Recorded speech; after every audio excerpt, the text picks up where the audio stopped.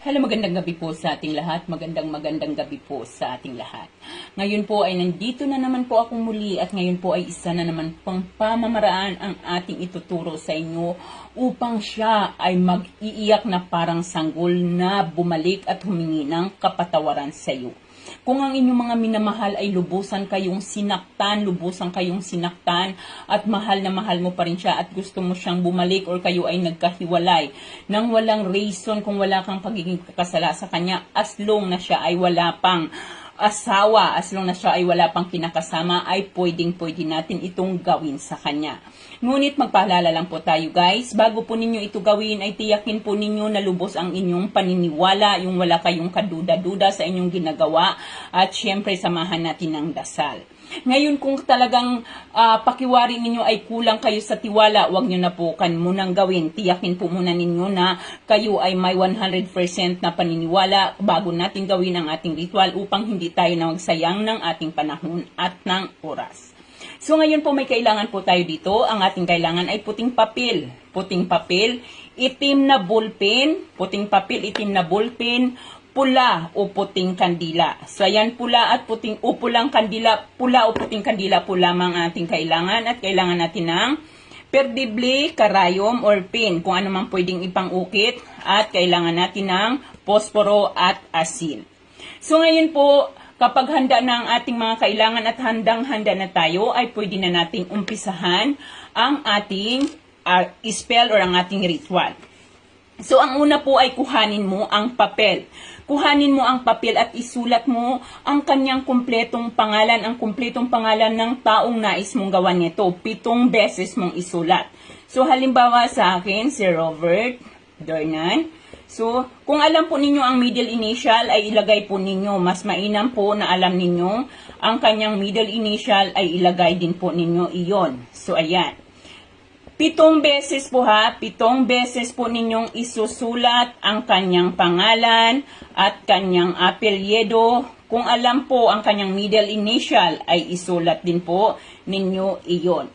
So, ayan, nakalima na tayo. So, ayan, 7 beses po guys 7 beses pong isusulat ang kanyang pangalan. So, 7 beses. 7 beses ninyong isusulat. So, ayan. 7 beses nating sinulat ang kanyang pangalan dito. Ngayon, nilagay mo muna yung papel natin at kuhanin mo ang ating kandila. So, ayan. Ikuhanin mo ang ating kandila at ang ating pang-ukit. Ngayon ay isulat mo naman, iukit mo ang kanyang pangalan ng 7 beses din. 7 beses nating inukit dito sa papel, kaya 7 beses mo din itong iuukit sa ating kandila. So yan, 7 beses mo ding iukit ang kanyang pangalan, apelyido, at kung alam ang middle initial ay ilagay din. Ngunit kung hindi naman alam ang middle initial ay wala namang problema, ngunit kung alam mo ay ilagay mo na po iyon. So ayan, kailangan maka 7 beses tayong iukit ang kanyang pangalan dito. Pagkatapos po niyan ay ilagay po natin ito dito. Ngayon po kumuha muna kayo ng patungan, kung maaari nating patungan. So ayan. Papatong muna natin yan dyan. At pagkatapos na nandyan na po ang ating kandila, inanaukitan na natin, nandyan na ang ating papel, ay kuhanin mo ang ating asin. Ngayon po, dito po ay paikutan mo, mula sa papel ay paikutan mo po ng asin yan. Paikutan mo ng asin yan. Habang naglalagay ka ng paikot ng asin dyan, ay bigkasin mo ang kanyang pangalan. Bigkasin mo ng 7 beses ang kanyang pangalan. Halimbawa, Robert Dornan. 7 beses mo po yung banggitin at saka ang iyong kahilingan, ang iyong nais. So, halimbawa, ikaw ay mag-iiyak na parang sanggol na humingi ng kapatawaran pabalik sa akin. Bigkasin ulit ang kanyang pangalan ng 7 beses at ganun din ang sasabihin mo, ikaw ay babalik sa akin na mag-iiyak na parang sanggol na humihingi ng kapatawaran. 7 beses uling bigkasin ang kanyang pangalan, andin yung kahilingan mo, at saka ulit hanggang sa maka 7 beses ka na. Pagkatapos po nun ay kuhanin mo ang ating posporo. Kuhanin po, wag pong gumamit ng lighter, lalo na kung ang lighter ay nagamit na sa ibang bagay. So, kuhanin po ang ating posporo. Sindihan ang ating kandila at ipatong ito dito sa ating papel. So, ipapatong po natin ito dito sa ating papel. May electric fan sa likod. Kaya, patayin ko muna yung ating electric fan or ating ano. So, ayan. Sindihan ng ating kandila. Atin muli itong sindihan na patay kasi may electric fan sa likod. So, sindihan natin ang ating kandila.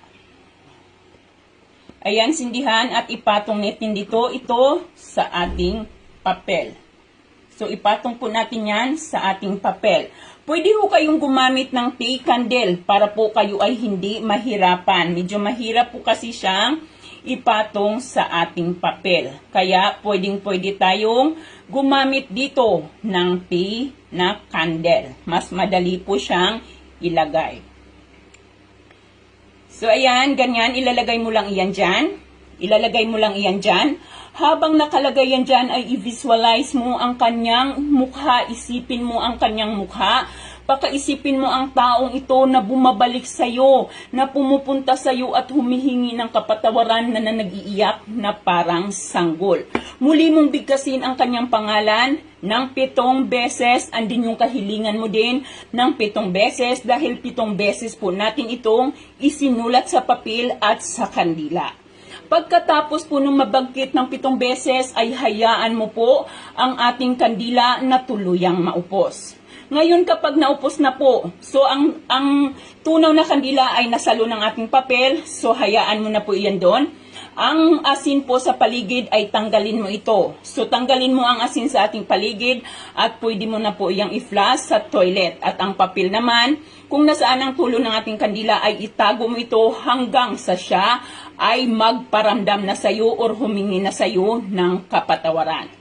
Gagawin po lamang natin ito ng Martes or kaya naman po ay Biyernes ng kahit anong oras sa gabi. Kahit anong oras sa gabi po basta tahimik na po ang lugar. So kahit sino po ay pwede pong gumawa nito as long na buo po ang inyong paniniwala. Muli pag walang tiwala dito may duda ay wag na pong gawin ang ritual na ito. Ayan po lamang guys, maraming salamat po at magandang gabi sa ating lahat.